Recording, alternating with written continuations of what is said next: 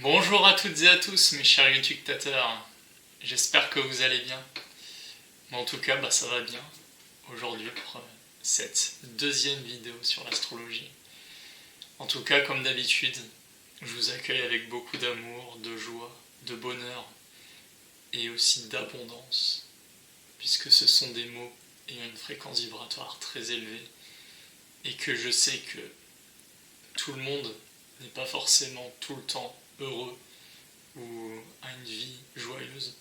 Donc c'est pour moi très important de transmettre ce type de message. Et je le ferai à chaque vidéo. Certes, on pourrait croire que ce ne sont que des mots, mais les mots sont puissants. Surtout quand ils véhiculent une énergie très positive comme celle-ci. Donc aujourd'hui, on va continuer cette petite série de vidéos sur l'astrologie qui s'insère dans le cadre général de la science holistique que j'ai énoncé la semaine dernière.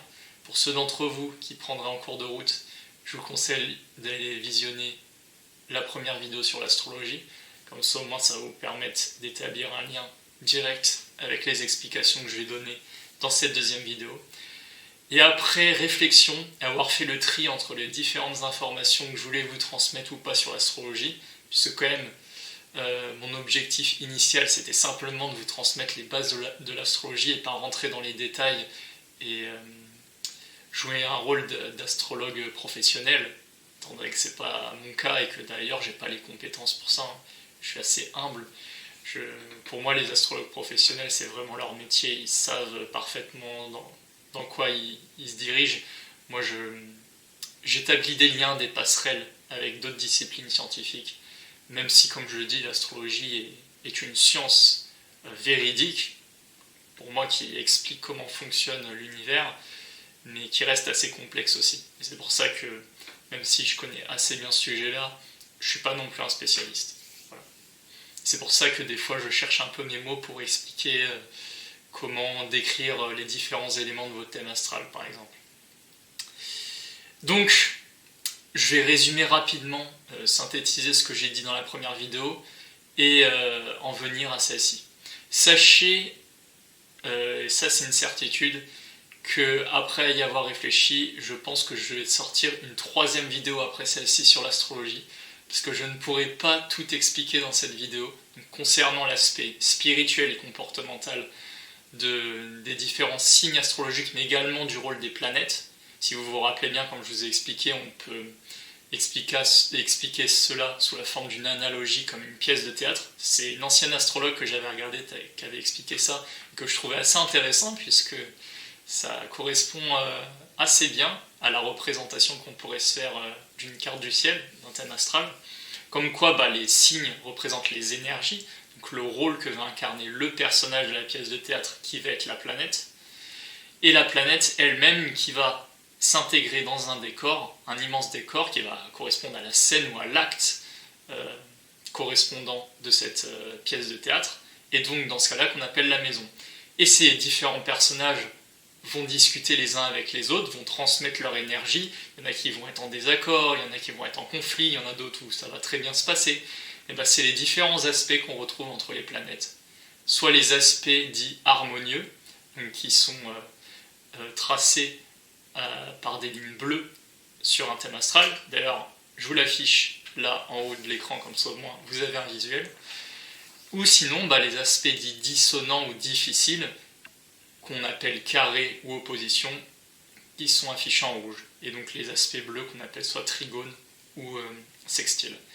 Et maintenant que j'y pense, j'ai oublié de vous parler d'un aspect très important, si ce n'est le plus important, mais il m'est complètement sorti de la tête parce que, vous savez, j'ai tendance à ouvrir de multiples parenthèses sur d'autres pensées qui me viennent spontanément en tête, et donc des fois je ne sais plus trop vers quoi me diriger. Je vous ai pas parlé des conjonctions. Certes, j'ai un petit peu rectifié ça dans la barre de description de la vidéo, où tout en bas, au moment où j'ai écrit la segmentation des différentes parties, j'ai rajouté les explications de la conjonction, mais je vais quand même vous l'expliquer oralement avec le schéma, comme ça au moins vous avez toutes les informations possibles. Donc une conjonction se produit lorsque deux planètes sont alignées dans un même signe ou sont assez proches dans ce signe-là. ou dans 2 signes consécutifs. Par exemple, si vous regardez mon thème astral, j'ai mon soleil qui est conjoint à Pluton, donc le petit personnage avec les bras levés en rouge, et la planète Vénus qui est en rose sur la gauche, donc qui représente l'archétype féminin. Donc une conjonction se passe quand 2 planètes se trouvent proches à moins de 10 degrés l'une de l'autre. Donc sur les fameuses graduations que vous voyez en haut et qui forment les degrés de votre carte du ciel. Par exemple, moi, Pluton est à 8 degrés du Sagittaire et mon Soleil est à 15 degrés du Sagittaire, donc il y a moins de 10 degrés d'écart. Ce qui fait que l'énergie de ces 2 planètes fusionne, se mélange l'une avec l'autre. Mais pour savoir ce que ça signifie et surtout l'impact que ça peut avoir sur l'énergie du natif, de la personne qui est née dans ce signe-là, en l'occurrence, moi ça se passe dans le signe du Sagittaire, j'y rentrerai plus dans les détails, mais avant ça, bien sûr, il faut que je vous parle de l'impact des énergies des 4 éléments, c'est-à-dire le feu, la terre, l'air et l'eau, mais également le rôle de chaque planète, de chaque personnage de notre pièce de théâtre dans le thème astral. Donc maintenant, en tout cas, j'espère que vous avez compris où situer chaque signe astrologique après cette description détaillée de chaque symbole et de la forme qu'ils avaient. Maintenant, donc, on va pouvoir passer à la deuxième étape. Mais bien sûr, avant de rentrer dans le rôle de ces différentes planètes, il est selon moi très important de vous parler de la signification du mot astrologie. C'est quand même une base. Donc, astrologie est un mot qu'on pourrait scinder en 2. D'un côté, on a astro, le préfixe, et logie, le suffixe. Astro, bon, il n'y a rien de très compliqué pour essayer de deviner ou de sous-entendre son sens, ça renvoie bien sûr aux astres.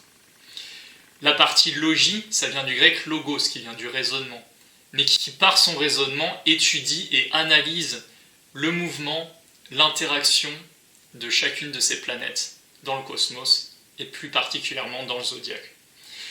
Alors bien sûr, j'arrête pas de vous parler de constellations du zodiaque. Si vous savez ce que c'est qu'une constellation, donc un ensemble d'étoiles regroupées dans le ciel et qui sont liées par des lignes, bon ça, les lignes c'est autre chose, mais j'en viendrai quand je parlerai de mes vidéos sur l'astronomie, qui est directement liée à l'astrologie. Le mot zodiaque tient sa racine du mot grec zodiakos.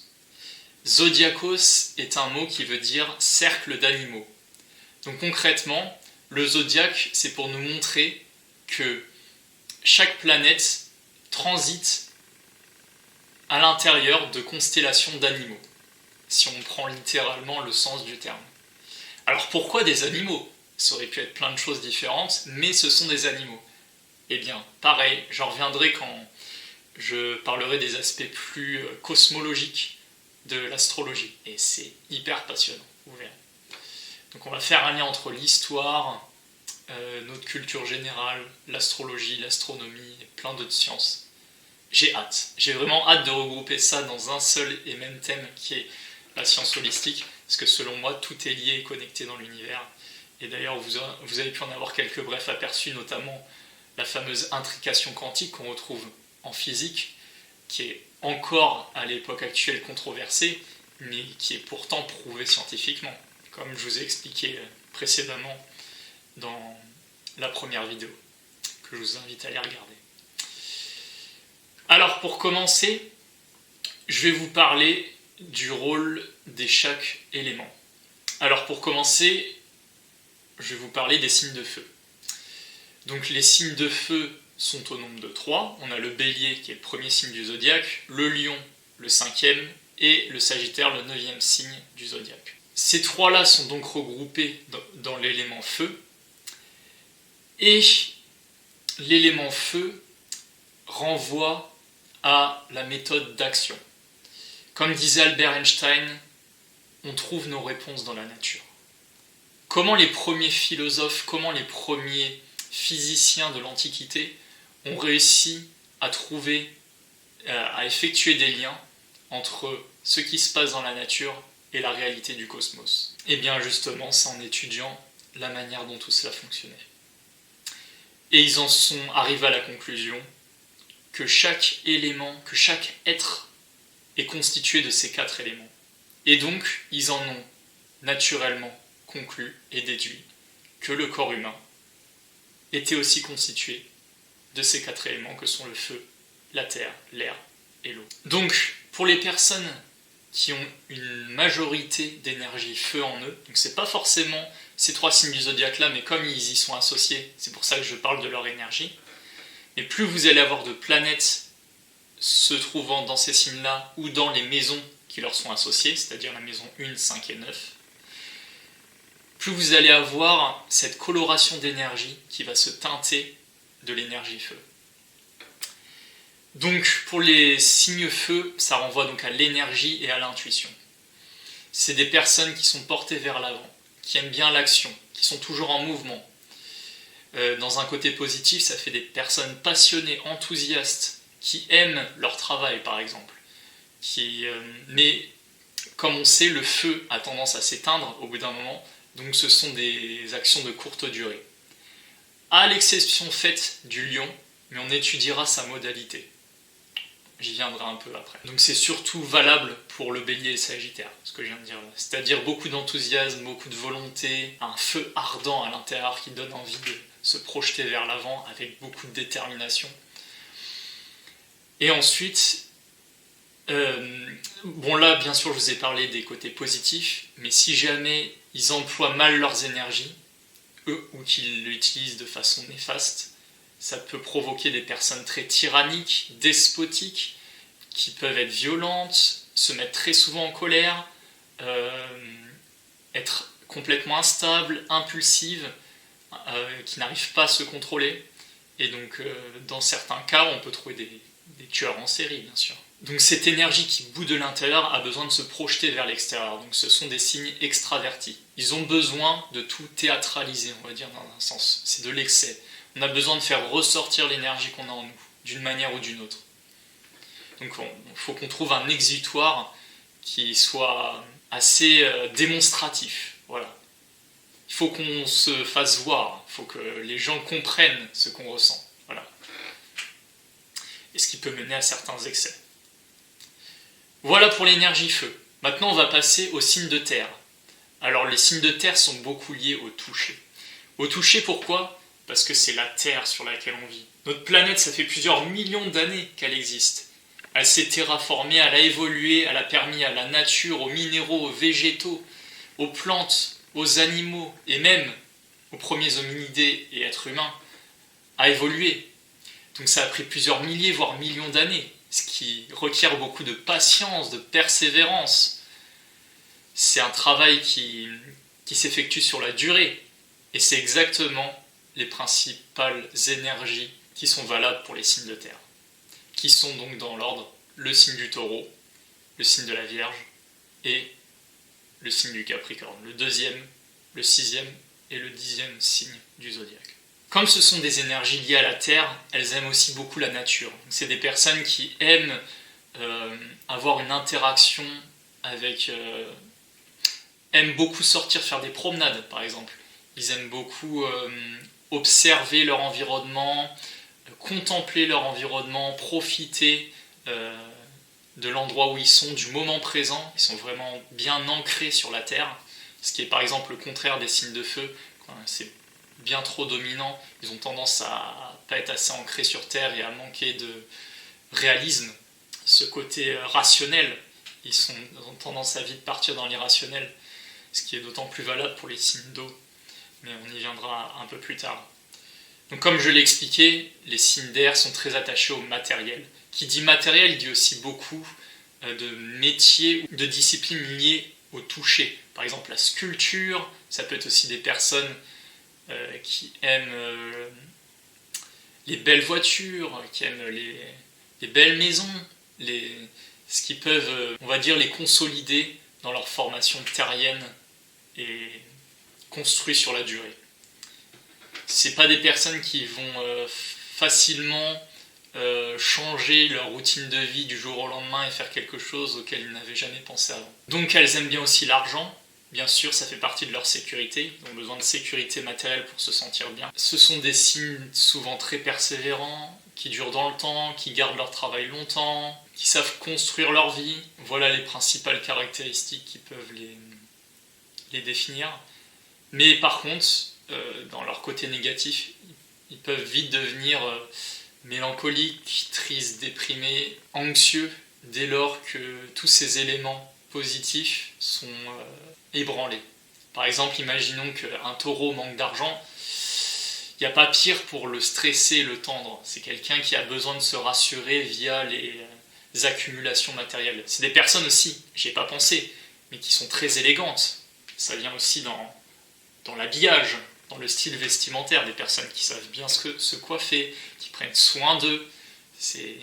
Ça renvoie encore une fois au soin du corps qui est ancré à la terre. Ils font bien attention à ça, ils prennent le temps de bien par exemple pour les femmes, de bien se maquiller, de bien s'apprêter. Pour les hommes, de bien se coiffer, de mettre du gel dans les cheveux par exemple. Ça, ce sont autant de caractéristiques qui correspondent aux différents signes d'élémentaire. Ensuite donc, on a l'élément d'air, ou qu'on peut aussi appeler le gaz, qu'on retrouve comme signe du Gémeaux maison 3, le signe de la Balance en maison 7, donc qui correspond au 3e, 7e signe astrologique, et le Verseau maison 11, 11e signe astrologique. Donc, qui dit air, dit communication, dit intellect, pensée. C'est tout ce qui est en rapport au monde des idées. Comment transmettre ses opinions. Ici, on est beaucoup dans l'intellectualisation des choses. Dès lors qu'une situation se passe, on va essayer de l'expliquer à travers notre esprit, à travers notre logique. Ça, c'est ce qui correspond le plus, de manière générale, au signe d'air. Ils sont aussi très adaptables, très curieux, ils aiment beaucoup apprendre. Et je pense que d'ailleurs, le signe, parmi ces trois-là, qui correspond le mieux à l'archétype du signe d'air, c'est le Gémeaux. Le Gémeaux, c'est un enfant, c'est quelqu'un qui est toujours émerveillé des différentes situations qui peuvent se produire, les différentes interactions qu'il peut avoir avec les personnes. Pour lui, tout est enrichissant. Tout peut servir à contribuer au renforcement de sa culture générale, par exemple. Mais étant donné que ça s'intéresse à tout, c'est très dispersé. On a du mal à rester sur une tâche à la fois. C'est des personnes très polyvalentes, qui vont dans un sens, dans un autre. Mais ça font aussi de bons secrétaires, commerciales, des personnes qui savent bien communiquer, qui savent bien convaincre les gens d'acheter un produit, par exemple, à travers leurs mots. La puissance de leurs mots est ce qui est marqué chez eux. Donc bien sûr, si l'élément air est dominant, on a tendance à être très dispersé, beaucoup dans le sociable, on a besoin de beaucoup s'entourer de personnes aussi, on a des difficultés à rester seul, on doit faire beaucoup d'activités entre amis, sortir faire la fête, par exemple, ce genre de choses. Et enfin, donc, on a les trois signes d'eau qui appartiennent à l'élément d'eau, donc le signe du Cancer, maison 4, quatrième signe du zodiaque, le signe du Scorpion, maison 8, 8e signe du zodiaque, et signe du Poisson, maison 12, 12e et dernière maison, et 12e et dernier signe du zodiaque. Alors, comme vous pouvez sûrement vous en douter, qui dit eau dit sensibilité, dit émotion. C'est des personnes qui ressentent un torrent d'émotions tout le temps à l'intérieur d'eux, en fonction de chaque situation, de chaque mot. Pour eux, c'est important de se sentir aimé, de se sentir soutenu dans leur démarche, d'être épaulé par un entourage, puisqu'ils peuvent très facilement devenir tristes, voire déprimés, si c'est sur la longueur. Ils ont besoin d'avoir le soutien de leur famille, qui les encourage, qui leur donne confiance en eux, puisque justement tout se passe à l'intérieur, tout est intériorisé. La planète maîtresse d'ailleurs des signes d'eau, c'est la Lune, donc une planète qui est très féminine, donc introvertie. Bien sûr, je n'établis pas une distinction masculin-féminin, puisqu'on a tous une partie masculine et féminine en nous. Les énergies du yin et du yang sont plus ou moins équilibrées en fonction des énergies générales qui caractérisent notre thème astral. Donc, mis à part ça, pour moi, ce sont les personnes les plus authentiques. Je pense sincèrement que les leaders de notre société devraient être des signes d'eau. Parce qu'ils pensent avec leur cœur.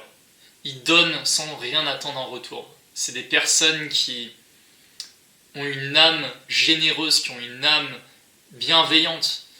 Et naturellement, je ne les vois pas, par exemple, devenir des escrocs, des personnes qui exploiteraient des populations, qui seraient des dirigeants tyranniques. Impossible, surtout pour les personnes qui sont de dominante haut. Ils ont beaucoup trop de compassion, d'empathie envers l'humanité pour laisser ce genre de choses se produire. Donc, concernant les énergies d'eau, j'aime beaucoup.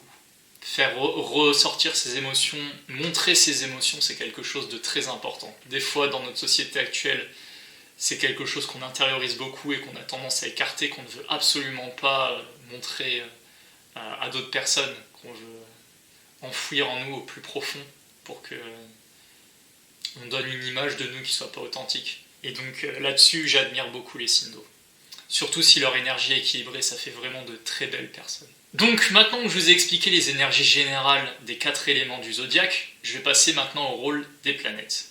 Donc, comme je vous ai expliqué dans la première vidéo, en astrologie, on dénombre 10 planètes. Alors, on peut en considérer que 7 véritables d'un point de vue astronomique, puisque le Soleil, c'est une étoile, la Lune, c'est notre astéroïde, naturel ou artificiel, ça dépend les versions. Moi, je pense qu'il est artificiel.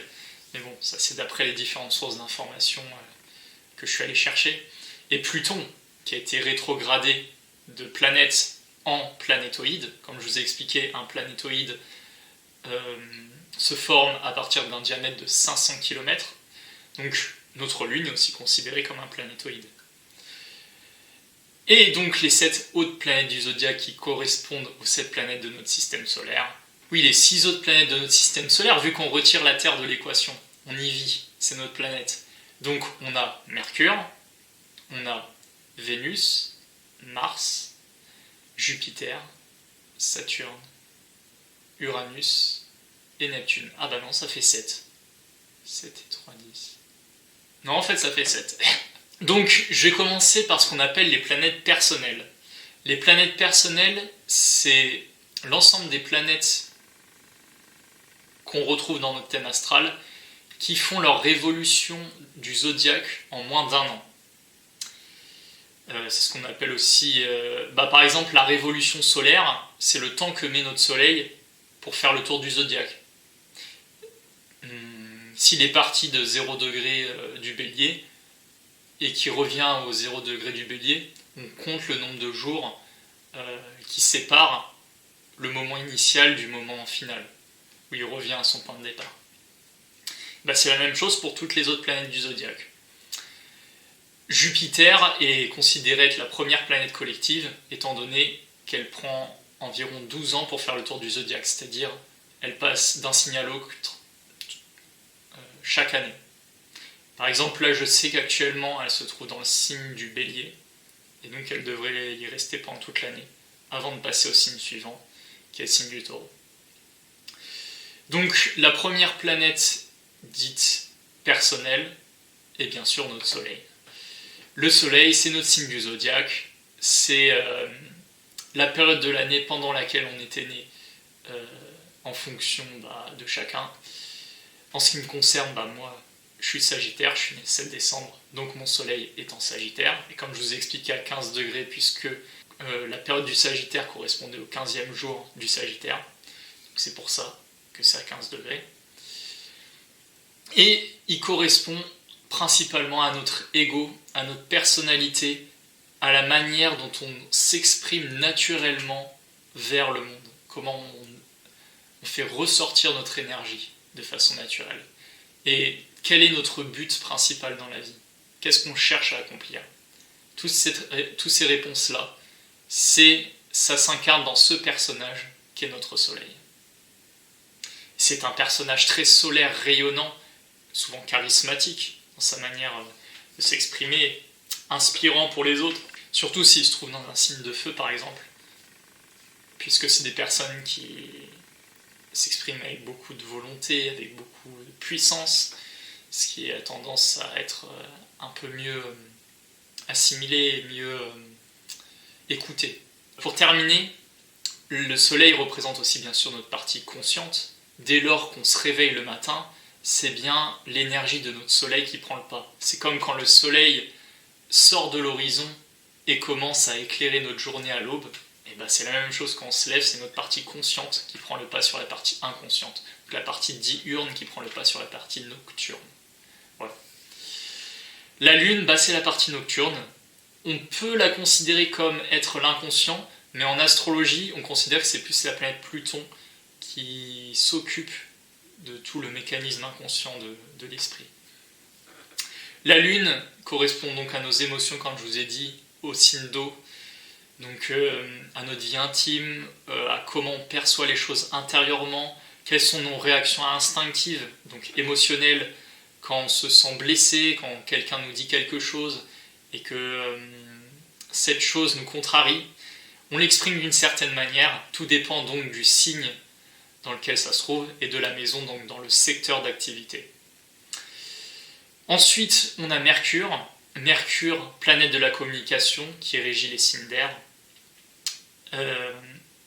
qui va être beaucoup dans l'intellect, qui va être beaucoup dans la réflexion avant l'action, par exemple. Ce sont des personnes qui savent tisser un réseau, qui ont souvent beaucoup d'abonnés sur les réseaux sociaux, par exemple, puisqu'ils connaissent très bien les méthodes de communication.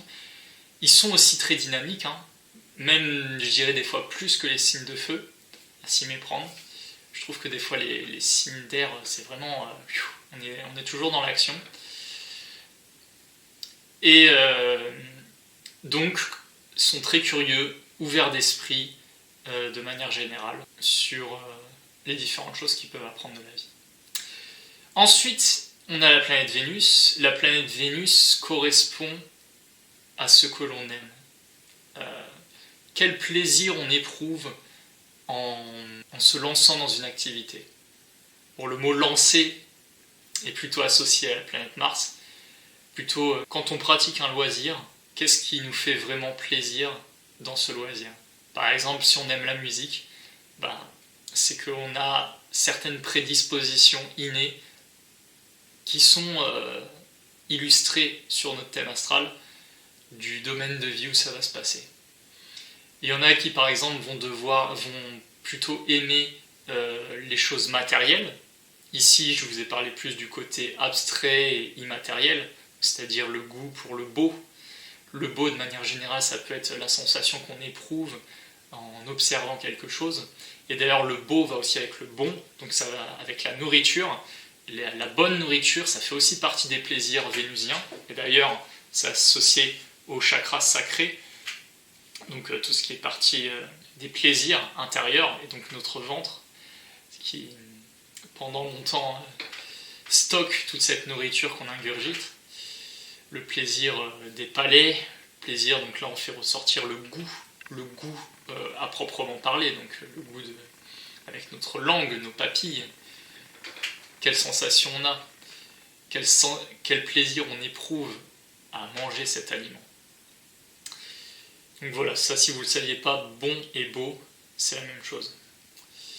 Ça renvoie donc aussi au matériel, comme je vous l'ai expliqué. Donc c'est des personnes qui peuvent être de bons artisans, ceux qui ont une dominance de Vénus dans leur thème astral. En mode, peuvent être très bons pour faire de la mode, trouver de nouvelles formes de vêtements originales, ce genre de choses. Ça peut être dans le matériel. Des personnes qui savent bien s'habiller, qui ont un style vestimentaire très plaisant aux yeux des autres, mais qui aussi savent attirer l'attention, qui sont souvent d'une belle apparence, qui ont un beau visage, qui ont un physique attractif pour les autres personnes, ce qui donne un côté un peu séducteur, inconscient. Et comme c'est une planète qui aime plaire, souvent a une manière de communiquer qui est aussi agréable pour son auditoire, pour son public. Ensuite, on a notre dernière planète personnelle qui est Mars. Mars, la planète de l'action. La planète masculine par excellence, qui régit d'ailleurs le signe du Bélier. mais j'y viendrai lors de ma 3e vidéo sur l'astrologie. Donc Mars qui est représenté en rouge, comme je vous l'ai expliqué, par un rond à partir duquel une flèche s'étend en diagonale, représente de manière générale comment on passe à l'action. À chaque fois qu'on parle de signe, c'est toujours la question comment qui revient. Puisque comment, c'est quelle énergie on va utiliser pour exprimer l'énergie de Mars. Comment va-t-on passer à l'action ? Quelles sont les motivations qui nous poussent à l'action ? Quelles causes nous poussent à l'action ? Et ça peut renvoyer aussi aux activités sportives. Quel type d'activité sportive peut mieux nous correspondre ? Et dans certains cas, ça renvoie aussi à la manière dont on s'exprime sexuellement. Maintenant, je vais passer aux planètes collectives, donc qui commence avec Jupiter, qui prend 12 ans pour faire sa révolution zodiacale. C'est la planète par excellence de la chance. C'est la planète dans laquelle on va ressentir de l'abondance. Beaucoup de choses vont nous arriver sans même qu'on le demande, simplement en exprimant la personne que l'on est, en étant naturel.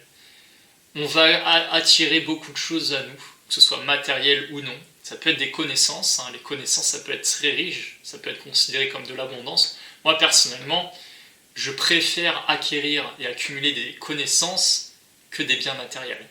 Mais ce qu'il faut savoir, comme vous pouvez le voir, j'ai aucune planète en signe de terre. Donc je ne suis pas trop relié à l'argent. Et c'est pour ça que d'ailleurs j'ai une très grande ouverture d'esprit qui m'amène vers des sujets très lointains et que je trouve absolument fascinants et passionnants. Donc Jupiter, la planète de l'abondance, qui régit principalement le signe du Sagittaire, le signe le plus chanceux, on dit, de manière générale en astrologie. C'est donc une planète qui va aussi accroître notre cercle social. On peut dire dans un sens que c'est la vibration supérieure de Mercure. Mercure va vouloir tisser des réseaux en interne de façon peut-être des petits groupes, alors que Jupiter c'est vraiment le social. On parle d'un collectif. Donc c'est pas simplement une planète collective dans le sens que ça reste assez longtemps dans un même signe du zodiaque avant de transiter dans un autre, mais c'est aussi parce que son impact est beaucoup plus large. Et aussi ça renvoie à l'enseignement, parce que le signe du Sagittaire, on dit que c'est l'enseignant par excellence. C'est une personne qui adore transmettre ses connaissances. Et d'ailleurs, c'est pas étonnant, j'ai un amas de planètes en Sagittaire, donc un amas, c'est beaucoup de planètes dans un seul et même signe. En plus de ça, j'en ai 2 qui sont en maison 9, la maison du Sagittaire, plus mon milieu du ciel, donc comment j'apparais en public devant les autres et comment j'ai envie de transmettre mes connaissances. Et c'est pour ça que j'ai aucune difficulté à communiquer quand je suis devant une caméra, puisque pour moi c'est naturel. C'est-à-dire que je ne me force pas, tout ça sort spontanément. Et avec beaucoup de joie, d'énergie positive. Ensuite, alors là on a l'énergie inverse. On est passé de l'énergie de l'abondance qui nous attire beaucoup de choses positives dans la vie, à une planète qui représente l'opposé, Saturne, qui est les restrictions. Dans quel domaine de notre vie on se sent plus restreint ? Et surtout, quelles énergies vont être plus restreintes ici ? Moi, dans mon thème, c'est en bélier, donc je vous en parlerai dans la 3e vidéo. Mais l'énergie du bélier, c'est une énergie qui est énormément portée vers l'action, qui gère pas du tout son énergie, c'est-à-dire que dès lors qu'il sent qu'il a besoin de faire quelque chose, il y va de tout cœur, quoi. Il fonce, comme on dit. Et là, le fait que, par exemple, Saturne soit imprégné de l'énergie du bélier, montre, dans un sens, une sorte de canalisation. Certes, ça ne va pas m'empêcher d'avoir la confiance et la motivation de passer à l'action, mais ça va être de façon plus claire, de façon plus posée, et une énergie mieux maîtrisée. Et donc c'est pour ça que je ne suis pas dispersé dans tous les sens, quoi. Voilà. Donc ça, c'est ce qui est en rapport avec Saturne. Et étant donné que c'est la planète maîtresse du Capricorne, ça représente aussi une énergie qu'on va devoir développer dans le temps et persévérer pour qu'elle ne soit pas une contrainte, mais une force à développer. Ensuite, on a la planète Uranus, une planète que j'aime beaucoup, qui est une de mes dominantes planétaires, qui renvoie à l'expression d'une personne, mais de façon altruiste. C'est complètement lié à l'énergie du Verseau, qui est l'opposé du Lion. Autant le Lion adore parler de lui à la première personne, vous verrez que le Verseau c'est tout le contraire. Il fait passer le collectif avant l'aspect personnel. C'est toujours les autres avant lui. Et j'adore cet état d'esprit. D'ailleurs, je suis ascendant Verseau et j'ai des difficultés à me mettre en avant. Je suis plus justement à vous transmettre plein de connaissances. Alors que pourtant, j'ai beaucoup d'énergie masculine en moi, mais je ressens le besoin de l'exprimer de façon humble, parce que l'humilité est très importante. Et donc la planète Uranus renvoie à l'expression de notre personnalité, d'être unique au sein d'un collectif. Aussi ça renvoie aux causes qui nous portent à cœur, quelles causes sociales on souhaite soutenir, qu'est-ce qui nous démarque des autres, dans quel domaine de notre vie on souhaite apparaître différent que par exemple notre schéma familial. On vient rompre avec les traditions ici, avec l'énergie d'Uranus. Et aussi, quelles situations imprévisibles pourront se produire dans notre vie, avec quelle énergie et dans quelles circonstances. Ensuite, on a donc Neptune, la planète qui est le plus détachée de l'aspect matériel, complètement dans l'imaginaire, dans l'enjoliment des choses. On a une énergie poisson, c'est la planète qui régit le poisson dans l'astrologie moderne. L'astrologie traditionnelle, c'est Jupiter. On a un idéal très élevé, on veut que les choses soient belles, on veut que tout se passe du mieux possible, qu'il n'y ait que la paix, que la guerre n'existe pas, qu'on ne mange pas d'animaux, par exemple. C'est pour ça que j'ai transmis plein de valeurs qui sont justement associées au signe du poisson, que je trouve très positif. Même si ça manque d'ancrage et de lien à la matérialité physique, moi je trouve ça beau. J'aime beaucoup l'énergie du poisson. Et donc, qui privilégie beaucoup les activités inconscientes et artistiques. Ce sont de très bons musiciens, de très bons chanteurs, de très bons peintres, de très bons dessinateurs, de très bons sculpteurs, de très bons écrivains aussi. Ils ont beaucoup d'imagination. Ou de scénaristes. Ils aiment bien être des acteurs aussi, parce que ça demande une certaine part d'imagination quand on incarne le rôle d'un acteur au cinéma. Puis pour finir, on a la planète, je dirais, qui est la plus difficile à vivre en fonction de l'énergie et du secteur de vie dans lequel elle est située. Je parle bien sûr de Pluton. Pluton a donc été considéré comme une planète jusqu'en 2004 ou 2005, dans ces eaux-là, avant d'être rétrogradé au stade de planétoïde. Il a en plus une révolution qui est complètement différente des autres planètes. Il me semble que son elliptique est beaucoup plus grande, et elle n'est pas ronde, elle est beaucoup plus ovale, si vous voyez ce que je veux dire. Donc on s'éloigne, on revient, hop. Donc c'est très compliqué de lire la trajectoire de ce planétoïde. Et donc, Pluton, de manière générale, est une planète générationnelle. Parce que là, vraiment, ça s'étend sur de très longues durées. Ça peut, par exemple, moi, je suis né dans la période de Pluton en Sagittaire. Là, Pluton n'est que dans le signe du Capricorne. Certes, il va transiter dans le signe du Verseau le 23 mars 2023, mais ça s'est étalé sur une durée de 10 à 15 ans, quoi, pratiquement.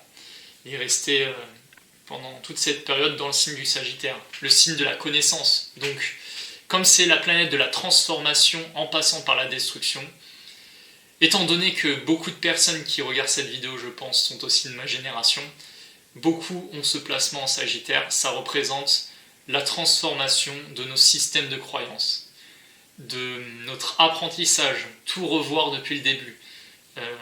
Et puis bien sûr, bon là ça dépend du jour de naissance, de l'heure de naissance et du lieu de naissance. Mais si votre ascendant est différent du mien, ça va se passer dans un secteur de vie qui diverge. Par exemple pour moi, en plus que c'est en Sagittaire, c'est dans la maison 9, donc la maison du Sagittaire, ce qui est doublement transformateur.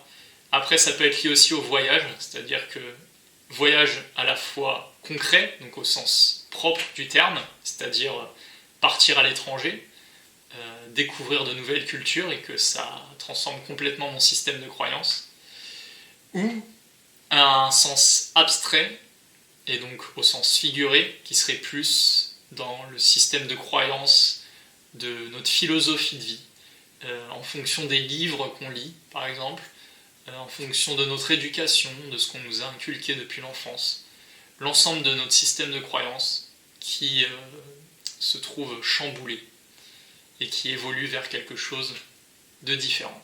Voilà pour ce qui est de la deuxième vidéo sur l'astrologie. Donc la semaine prochaine, je vais vraiment entrer dans le détail de l'énergie qui caractérise chaque signe du zodiaque, en parlant en plus des modalités et du tempérament et des polarités, ainsi que des dominantes planétaires et des transits. C'est pour moi les derniers points importants qu'il faut absolument que j'aborde dans cette série de vidéos sur les bases de l'astrologie.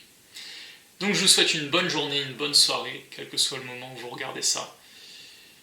Je vous souhaite beaucoup d'amour, de joie, d'abondance et de bonheur dans votre vie. Et on se retrouve une prochaine fois pour une nouvelle vidéo. Salut!